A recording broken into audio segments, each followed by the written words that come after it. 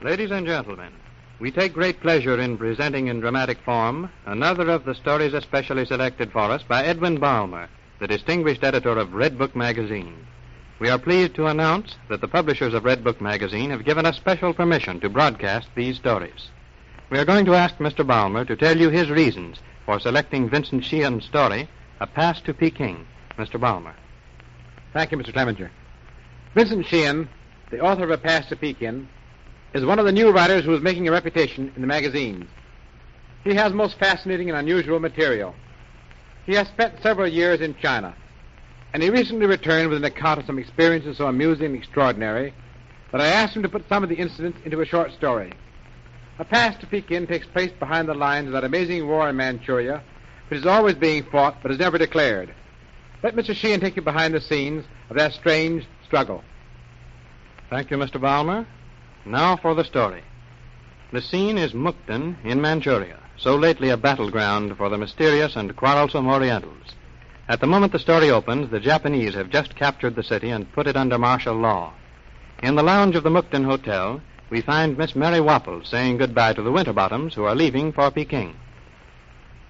Miss Wapples, it's really not safe for you to remain here alone. Dr. Winterbottom and I have lived in China for over 15 years, Miss Wapples, and we know conditions here. Sightseeing in a war-torn Chinese city is not the same as teaching school in Witherington, Massachusetts, Miss Wapples. Well, I know. Oh, but I've been wanting to do something thrilling for years. I wouldn't stay, of course, unless I knew it was safe. You will have absolutely no one to fall back on when Mrs. Winterbottom and I have gone. Miss Wapples, Dr. Winterbottom feels it is his bounden duty to warn you that you are making a mistake. I can, of course, do no more than tell you. Well, I probably will only stay one more day. There's no knowing what might happen at any instant. Only yesterday they were fighting just north of here. But the Japanese put the Chinese to rout, didn't they? That should end it, shouldn't it? They put them to rout, yes.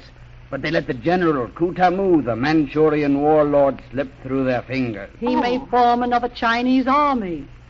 See that poster over there in Chinese? Yes. That's an offer of $5,000 for the capture, dead or alive, of the General. The Japanese believe he is hiding in this very city itself. Well, I'm not going down to take charge of that school in Peking until I've seen something of the country. Well, of this city, anyway. Well, have your own way, Miss Wapples, but I must say you've not chosen the wisest course. It is time for us to leave for the station, Ulysses. Dr. Winterbottom and I always go with an hour to spare, Miss Wapples. We are never late for our train. Yes, we must say goodbye, Miss Wapples. There's still time for you to change your mind and follow us, you know. No, I think I'll stay. Goodbye, Dr. Winterbottom. Goodbye. I hope we'll see you again, dear. Better consider again, Miss Wapples. Goodbye. Goodbye. Boy, tell the desk clerk I want to see him. Oh, I'm right here, Miss Wapples. Did you want me? Well, yes, Mr. Ferris. I want to know the truth. Do you think it's safe for a single lady here in Mukden? Reasonably safe, I mean. Oh, reasonably safe, yes, here in the foreign quarter. But if the Chinese started an attack, they'd fight for this section, too, wouldn't they? Yes, of course, but the Chinese aren't in condition to counterattack now. I believe you're telling me that just so I'll stay here in this hotel. And your hotel will get the money for my room and meals. Miss Wapples, I assure you that isn't No, the idea. you needn't say a word. I'm nervous.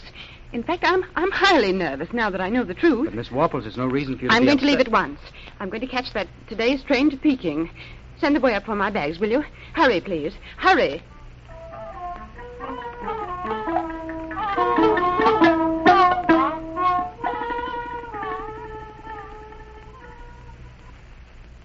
The great Manchurian general, Kutamu, stood outside of the Mukden Hotel in the humiliating disguise of a rickshaw man. He knew that sooner or later he would be recognized by some Japanese soldier and executed. What chance was there to escape? Even to get to the railway station, it would be necessary to penetrate a cordon of Japanese machine guns and bayonets. And even if he got there, he had no money to buy a railway ticket. The fallen general was engaged in these melancholy thoughts as Miss Mary Wapples came out of the hotel with her baggage and called for a rickshaw. The coolies stampeded immediately, for fares were scarce, foreign lady fares especially. Kutamu was among the first at the hotel steps. He shouted, Me speak English very good, Missy. Runny chop chop, number one lecture boy. Wangkutan station, boy. Chop chop. Baggage go truck. I go rickshaw. Very good, Missy.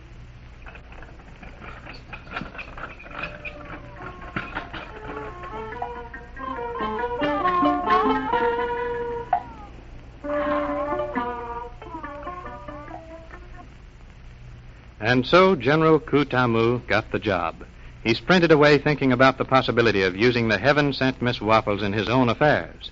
They were deep in the Chinese section, through which they had to pass to reach the station when Ku suddenly stopped. Hey, what's the matter with you? Are you ill?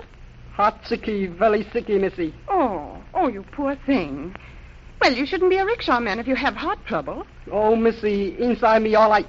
You're all right inside. Well, then what's wrong? So sicky, missy, this fashion. Me worry my wife. Oh. She my 3-piece baby, all 4-piece belong Pekin. Oh, dear. Me here no can do go Pekin. They no E.T. all okay sure die. Well, why can't you go to Peking to take care of your wife and children? Oh, why no can do go Peking? Japanese no let it go. Missy catch you one go Peking. You mean you want me to take you to Peking? No can do. How? Maybe catch you one piece that box. One sleep all same that man, maybe father. I don't understand. You want to go Peking, one piece coffin? Oh, dear, what a language. One piece dead man? Missy catchy father. Suppose father die. Suppose catchy one piece that box go Peking. One all same father. Missy Savi? Oh, no, Sabi. Father no dead man. Belong America. Suppose father die China. Catchy? Oh, now I understand. You mean you want me to buy a coffin and put you in it and pretend that you're my father's body and that I'm taking it to Peking. Well, good heavens. Catchy that box, all okay, go Peking inside. Oh, I couldn't do a thing like that. One piece wife died Peking. I think I'm probably insane, but I'm going to try it. All right, I'll try it, Wang. Oh, let's see, it's pidgin English. Come along, boy. Chop, chop. Buy dead box.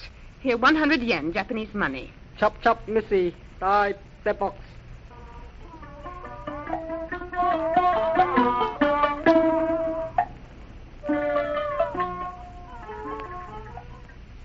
It wasn't long before Miss Waffles was once more moving toward the Huangkutun station, this time pulled by a new rickshaw boy. General Ku Tamu, lying in a varnished wooden coffin, was borne on the shoulders of 2 other coolies. The undertaker had ornamented the end of the box with some carefully painted hieroglyphics intended to deceive the Japanese. The little cortege reached the station safely, and Miss Waffles bought her ticket. Now was to come the moment when the coffin would have to pass through to the train. The Japanese officer who appeared to be in charge of the station approached her and said in perfect English, You are going to Pekin, madame? Yes, sir. I'm taking with me this coffin with the remains of my late father who died on the way. Is that so? I've taken a whole compartment so as to be alone with the remains. I regret the death of your honored parent, but unfortunately I must inspect. But I can't... I beg your pardon, madame. I had not seen the official stamp on the coffin. You may pass. Oh, thank you. I hope Here, boy. that you'll have a safe journey to Pekin. Thank you. Boy, on train with dead box. Chop, chop. Boy, that's my compartment in there. No, in there. Well, here's Miss Waffles. Mother, here's Miss Waffles. Dr. Winterbottom. Miss Waffles. Didn't I tell you we'd see Miss Waffles on the train? Oh, boy, put that dead box down on the seat. That's it. I'm so glad to see you, Dr. Winterbottom. Here, money, boy. I'm so glad you decided to come, Miss Waffles.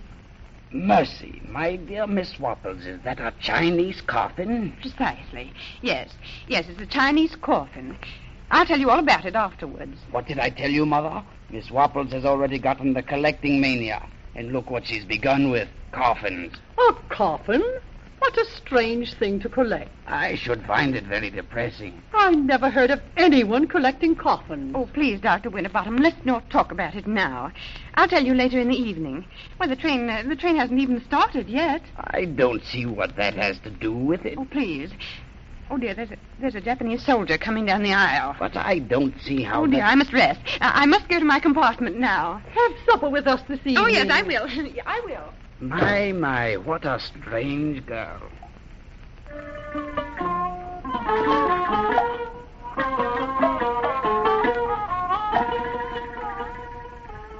The reflections of Miss Waffles during the hours before dinner were not of a cheerful nature. and her continual nervous opening and closing of the curtain on the corridor would have aroused the curiosity of the most indifferent passenger. It's not surprising, therefore, that before nightfall the whole train knew about the foreign lady and the remains of her honored parent. Nevertheless, Miss Wapples marched firmly enough just before dinner time into the compartment occupied by the Winterbottoms. I've come to tell you about that coffin. It's a man. Well, that is, there's a man in it. What? I knew there was something. Let me handle this, Mother. We understand, Miss Wapples, that you have given out that you're traveling with the corpse of your father. Is that correct? Yes. Yes, it is. May I ask why? Because a man, well, that is because a rickshaw coolie whose wife and children have escaped to Pekin wanted to join them there. A rickshaw coolie? Oh, Ulysses. It was the only way to get him through the Japanese line. You are going to Pekin to become the head of a girls' school, Miss Wapples. Yes. Do you intend to arrive there in the company of a rickshaw coolie? Do you mean to spend the night in that compartment? Well, I can't see why the night is any worse than the day, Mrs. My Winterbottom. dear Miss Wapples. I intend to get that man through to Peking if I can. After all, it's only common humanity. I think we are better judges than you of that, Miss Wapples. Our little daughter will not be enrolled in your school after this, Miss Wapples. I warn you that when this gets known in Peking, it will be very bad for you. Bandits! See, out of the window. Yes, Chinese bandits. Oh, they do dreadful things. If we'd only gone by way of Tientsin. Oh, well, what will they do to us? Hold us for ransom, I imagine. They kill prisoners if they don't get money. What be ready? We're his prisoners to follow him quietly. No use making a fuss. Oh, what will they do with that poor coolie in the coffin? You worry about what's going to happen to us, Miss Wapples. Never mind the coolie. Faster. 我要那个女的，赶快把她给我，剩下都是你们的。拿去吧。来，姑娘，来。 They're going to separate us. Will you stop that? Oh, better not resist, Miss Wapples. Better not resist. Why, what are you doing to me? How dare you take 赶 me 快 like 把那个 that? 女的放掉。 这毒贩 Wait, 他是您的。 it's Wang, my coolie. The soldier will molest you no more, miss. Oh, thank you for chasing that awful bandit away. Oh, you can't understand that, can you? Well, let's see. Missy, very pleased. I understand perfectly, miss. I graduated from Cornell. Coolie graduated from... I'm General Kutamung. I was merely disguised as a coolie so as to escape from Mukden. You're General Kutamu. At your service, gracious lady. And now I shall return your kindness to me. You are safe and all of your friends. You may continue your journey at your own convenience. Well, I can't believe it. Anything, dear lady, can happen in China. And now may I make you a present? Why, yes, if you really want to. Like all Americans, you will sooner or later make a collection of the antiques and curios of my country. Why, I suppose I shall. Then I start with a coolie hat, one which was worn by a Chinese general one time when he was assisted by an American girl with a kind heart. Oh, thank you so much for it. It'll make a better keepsake than a coffin, perhaps.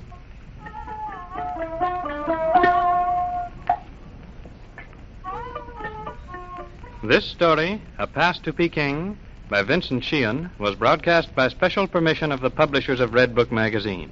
We take pleasure in announcing that next week at this same time, we will present in dramatic form another story from Redbook.